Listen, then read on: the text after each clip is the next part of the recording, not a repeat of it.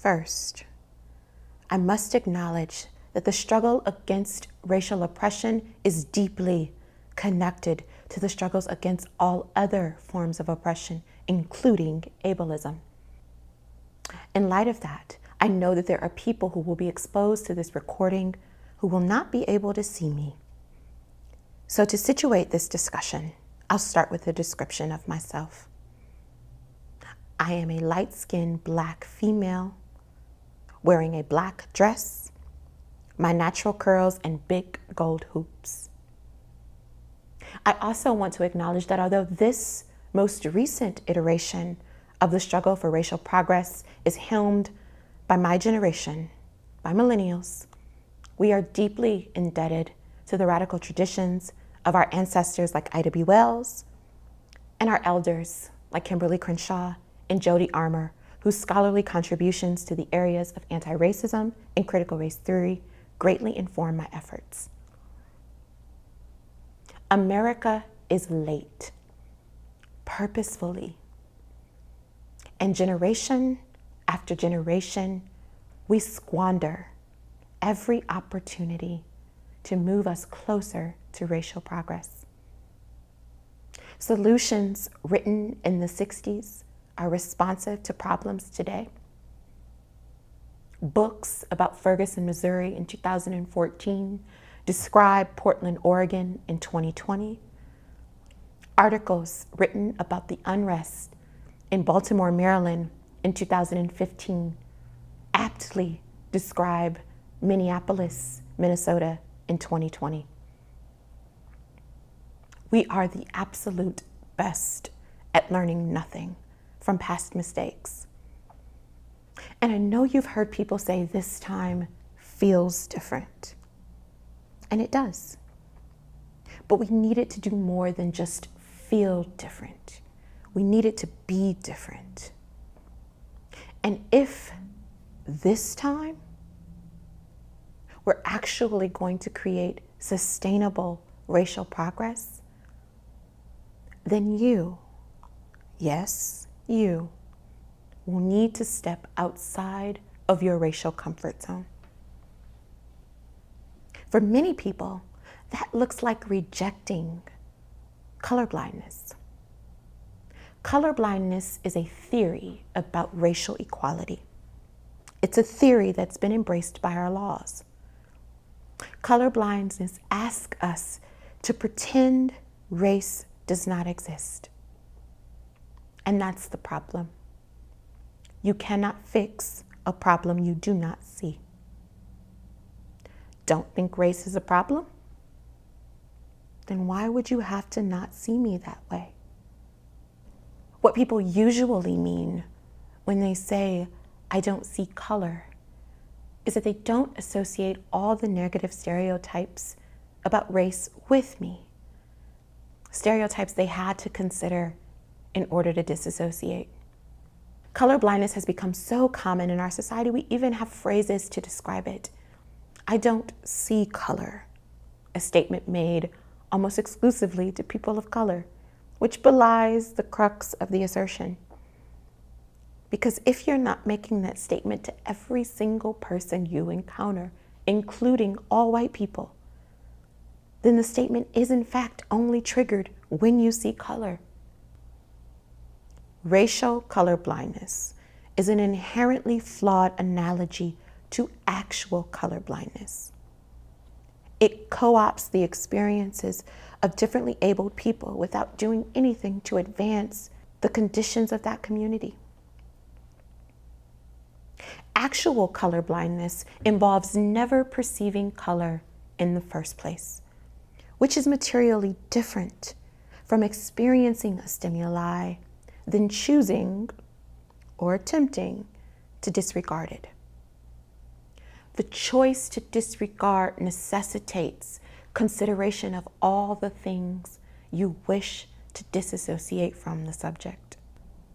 Racial colorblindness conflates racial equality with racial neutrality. The colorblind ideology asks us to pretend that race does not exist. It asks us to fake ignorance. Ignorance of our society's racial history, ignorance of our society's racial stereotypes, ignorance of our society's racial anxiety. Colorblindness is a framing that conflates racial equality with racial neutrality. The colorblind ideology asks us to pretend that we live in a world where race does not exist. It asks us to fake ignorance. Ignorance of our society's racial history, ignorance of our society's racial stereotypes, ignorance of our society's racial anxiety. Often, while making decisions with the full knowledge of those things, and in fact, often contingent on its very realities. The true harm of racial colorblindness is that it provides cover for the parts of our society that we wish did not exist. It does not render those parts non-existent.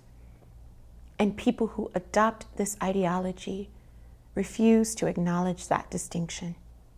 Color blindness alludes to a facade of racial neutrality in a society largely predicated on race.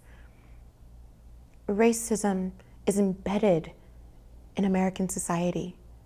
We literally wrote into our founding documents numerical value for people based on their race. Those origins influence subsequent decisions and arrangements in non-neutral ways, and neutrality will not rectify those harms. That's why we're still here. In 2020, more than 100 years after Du Bois articulated the problem of America as the color line, we're still here. But we don't have to be. Race and racism are real, but they're not natural.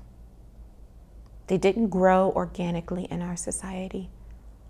They are the result of decisions that we've made and continue to make. This time can be different, but it will require everyone to participate. It will require the deliberate action of all Americans. Think of racism as a weed. You don't have a garden full of weeds suffocating your roses, then claim neutrality. If you don't work to remove it, you want it there. Make no mistake about it. There are people working diligently to make that color line darker, longer, and more permanent. But racism is also served by the inaction of good people, by people who do nothing. One of the ways that you can work to eradicate racism is to employ color consciousness. This looks like addressing head-on the ways in which race shows up in the space, either unfavorably or favorably, disrupting racist jokes, asking your kids' school about their racial curriculum, expecting leaders in organizations that you are part of to be racially competent. Anti-racism provides a framework for this. It provides an intellectual understanding of race in a way that is relevant to how we see race now. There's no silver bullet that's going to solve America's racial problems. There's no single event that will fix them. No election, no piece of legislation, no silver bullet. But the daily efforts of everyday people just like you can work to ensure that a little bit of that color line disappears every day. This is your struggle too. welcome to the movement.